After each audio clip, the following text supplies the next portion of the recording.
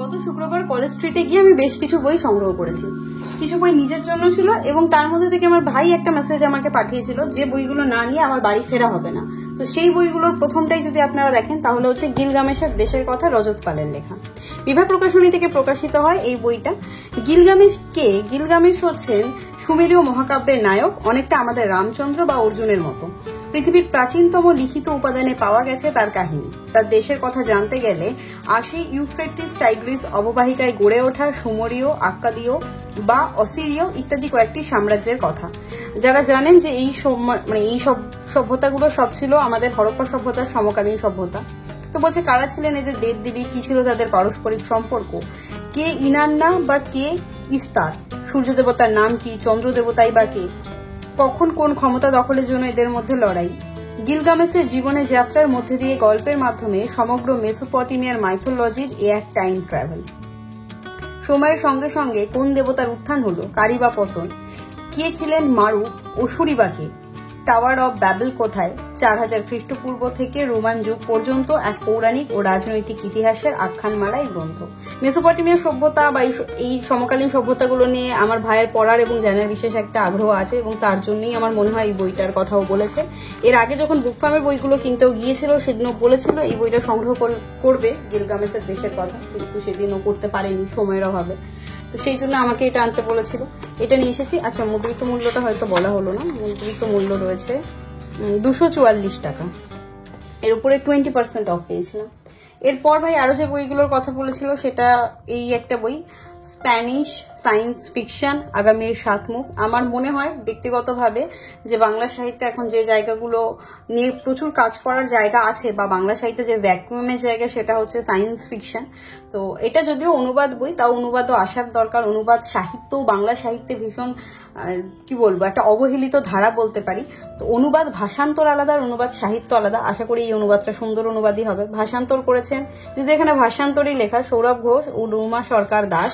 Carlos সুচলস্কি কনের যে গল্পগুলো রয়েছে, 7টা গল্প এখানে রয়েছে এবং তার একটি ইন্টারভিউ রয়েছে।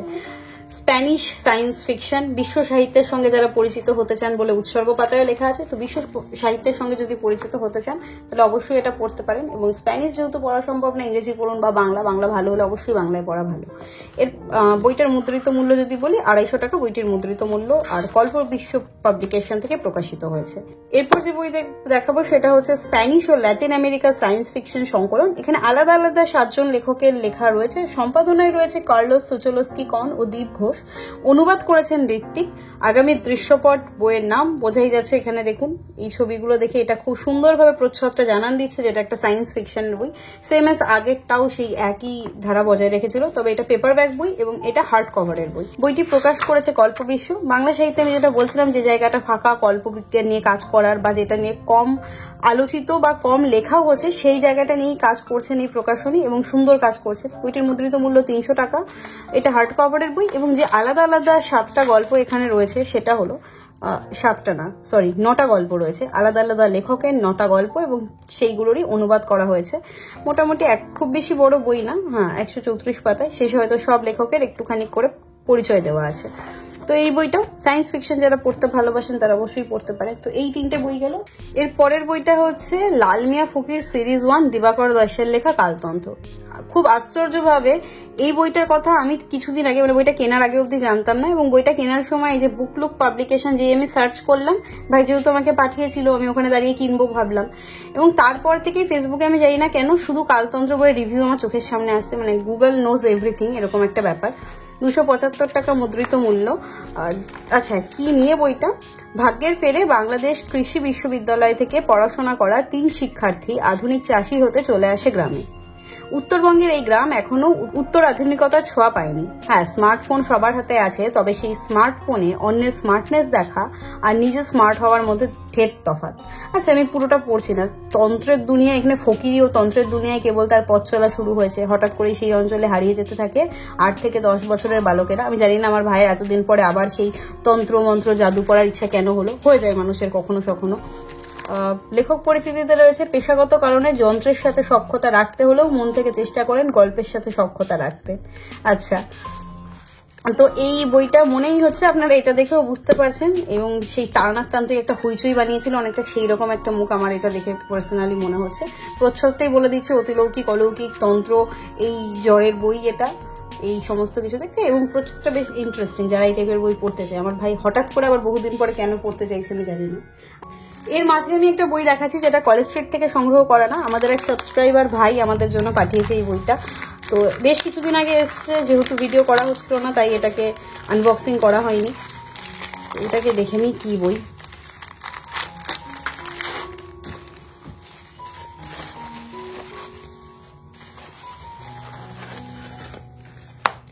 বইটা হচ্ছে প্রথমা পক্ষীরাজ শারণ ভাদুরীর লেখা এই বইটা।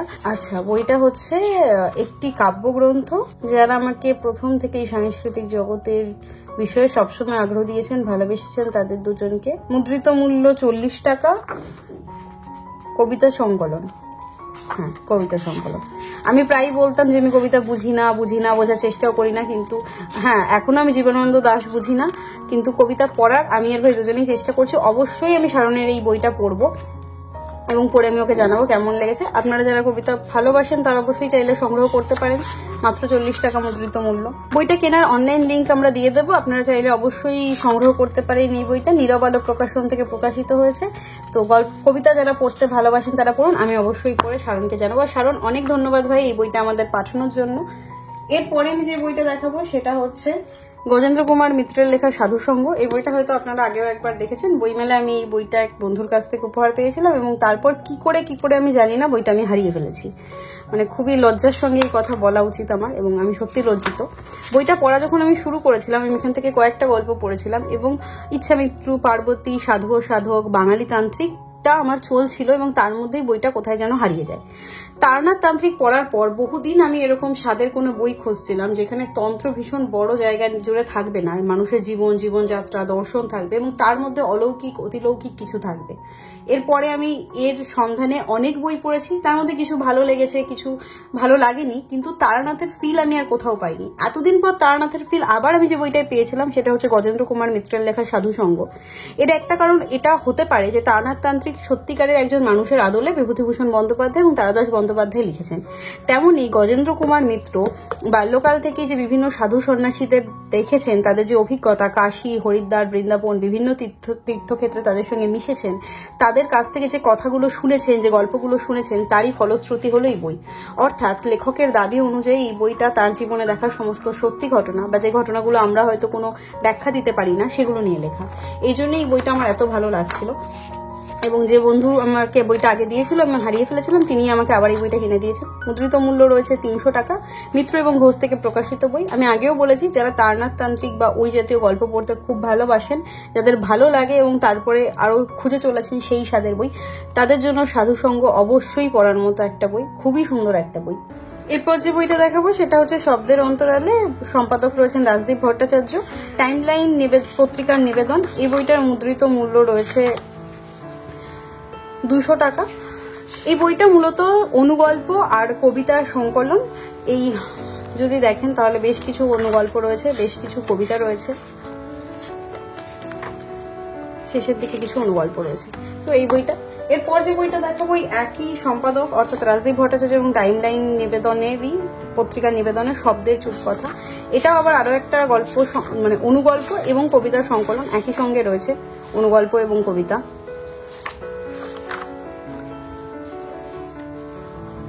এখানে মূলত সবাই নতুন নতুন লেখক লেখিকা বা যারা নতুন করে দিচ্ছেন তাদের লেখা রয়েছে, এবং একই সঙ্গে আরেকটা গল্প ও কবিতা সংকলন মুক্তি, সম্পাদক শেখ মোসলেম আলী। নিবেদন হচ্ছে কথা ও কবিতা পত্রিকা। এটাও আরো একবার সূচিপত্রই দেখলেন গল্প, এখানে আলাদা করে বলা আছে গল্প এবং ছড়া এবং কবিতা। এটার মুদ্রিত মূল্য 120 টাকা, যেহেতু পেপার ব্যাক বই। তো এই গেল 3টে বই। এরপর যে বই দেখাবো সেটা হচ্ছে সৌরভ মুখোপাধ্যায়ের লেখা সত্যরতন। এই বইটার কথা, আমি আবারও শুনেছিলাম আমার এক বন্ধুর কাছ থেকেই, এবং তার কাছ থেকে আমি সত্যরতনের 2-3টে গল্প শুনি, এবং তারপর সেই গল্পগুলো শুনে আমার কখনোই মনে হয়নি এটা কিশোরদের জন্য লেখা একটা উপন্যাস। এবং যখন আমি এখানটায় দেখলাম এই বই প্রকৃত প্রস্তাবে খুদে পাঠকের নয়, একদল লোক আছে না যারা চেহারায় বড় হয়ে উঠেছে কিন্তু মনের মধ্যে এক চিলতে ছোটবেলা পুষে না রেখে পারেনি, এই বই আসলে তাদেরই। এবং যখন আপনি এই মুখবন্ধটা পড়বেন, লেখক লিখেছেন, তখন আপনি বুঝতে পারবেন এই বই কখনোই ছোটদের জন্য বা কিশোর উপন্যাস, মানে এটা পড়তে গিয়ে আমার এই 4টে পাতা পড়তে গিয়ে বা 3.5 পাতা পড়তে গিয়ে মনে হয়েছিল যে সাহিত্যকে বোধহয় ভাগ করা ঠিক না, কিশোর সাহিত্য, প্রাপ্তবয়স্ক সাহিত্য, এরকম ভাবে কিছু হয়তো বা হয় না। সাহিত্য সাহিত্যই, কারণ লেখক যেটাকে এই কিশোর সাহিত্য বলে বলছেন বা যেটা লেখক বলছেন যে আমি আর লিখবো না, এটা আমার শেষ কিশোর সাহিত্য সংকলন, গল্প সংকলন, সেটা পড়ার সময় বা সেটা শোনার সময়, গল্পগুলো শোনার সময় আমি এত আবেগপ্রবণ হয়ে উঠছিলাম, আমার মনে হচ্ছিল যে না আর শোনার দরকার নেই, বা এতটা ছুঁয়ে যাচ্ছিল। যেটা আমি মেডুসার বার্থডে গিফট, এটা আমি শুনেছিলাম, আর একটা হচ্ছে হালখাতা, এই দুটো। তো তার মধ্যে এই বইটা অবশ্যই, এগুলো আমি পড়বো। এবং যখন আমি এই বইটা নিয়ে আরো 2-4 জনের সঙ্গে কথা বলছি, তারাও একই কথাই, উৎসর্গটা সবাইকে সমানভাবে বলছে ছুঁয়ে গেছে। 300 টাকা মুদ্রিত মূল্য, মিত্র অ্যান্ড ঘোষ থেকে প্রকাশিত হয়। তো এই বইটা আমি এবার মানে কলেজ স্ট্রিটে গিয়ে আমার বন্ধুর কাছ থেকে উপহার হিসাবেই পেয়েছি। তো thank you for this amazing gift. তো এটা গেল। এবং শেষ যে বইটা আমি পেয়েছি সেটাও আরেকটা গিফট বই। এত টাকার বই কেনার আমার ক্ষমতা ছিল না স্পন্সর না করলে। তো তারপরে এই যে সুনীল গঙ্গোপাধ্যায়ের প্রথম আলো বই, আনন্দ প্রকাশনী। যেহেতু আমি সুনীল গঙ্গোপাধ্যায়ের পূর্ব পশ্চিম, প্রথম আলো সেই সময় এই বইগুলো পড়িনি, তো আমার বন্ধুর মনে হচ্ছে আমার একটু শিক্ষিত হওয়ার দরকার, ভালো বই পড়ার দরকার। সেই ভালো বই পড়ানোর জন্য তিনি অগ্রণী ভূমিকা নিয়ে আমাকে এই বইটি কিনে দিয়েছেন। বইটির যা মুদ্রিত মূল্য, তাতে আমার ইএমআই স্কিম ছাড়া কেনা সম্ভব ছিল না। 1200 টাকার কাছাকাছি, যতটা আমার মনে পড়ছে, এখানে লেখা নেই, 1100 সামথিং বোধহয়, হ্যাঁ 1200 টাকা, 1150 টাকা এই বইটার মুদ্রিত মূল্য। Thank you so much. এই বই কিনে না দিলে আমার যে কবে কেনা হতো, কারণ আমার মনে আছে আমি 2022 সাল থেকে বা 21 সাল থেকে আমি আর ভাই আনন্দে যাই, এই 3টে আমি দেখি, প্রথম আলো সেই সময় আর পূর্ব পশ্চিম, এবং ভাবি যে একদিন আসবো, এসে আমি কিনবো, কোনো একদিন টাকা হবে। 2 বছর শেষ হতে গেল, টাকা হয়নি।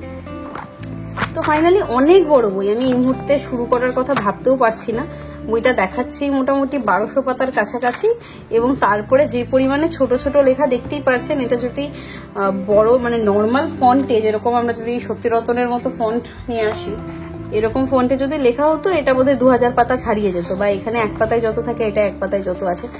এটা আমি একটু সময় নিয়ে পড়বো, হয়তোবা 2025 সালেই শুরু করবো, এই বছর হয়তোবা করবো না, বা করতেও পারি পুজোর ছুটির সময়। এখন তো কাজের মধ্যে আমি শুরু করবো না। এই মুহূর্তে যে বইটা আমি পড়বো সেটা হচ্ছে সত্যিরতন এবং সাধু সঙ্গ, এই দুটো বই আমি আজকে নিয়ে যাবো আমার সঙ্গে এবং পড়বো।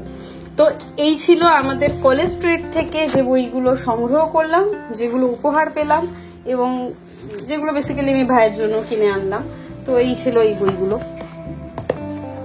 আজকের ভিডিও এখানেই শেষ হচ্ছে। আপনারা আগস্ট মাসে কি বই সংগ্রহ করলেন, এর মধ্যে কোনটা কোনটা পড়েছেন, আমাকে একটু জানাবেন কমেন্ট করে। ভালো থাকবেন, বই পড়বেন, দেখা হবে পরের দিন পরের কোনো ভিডিওতে।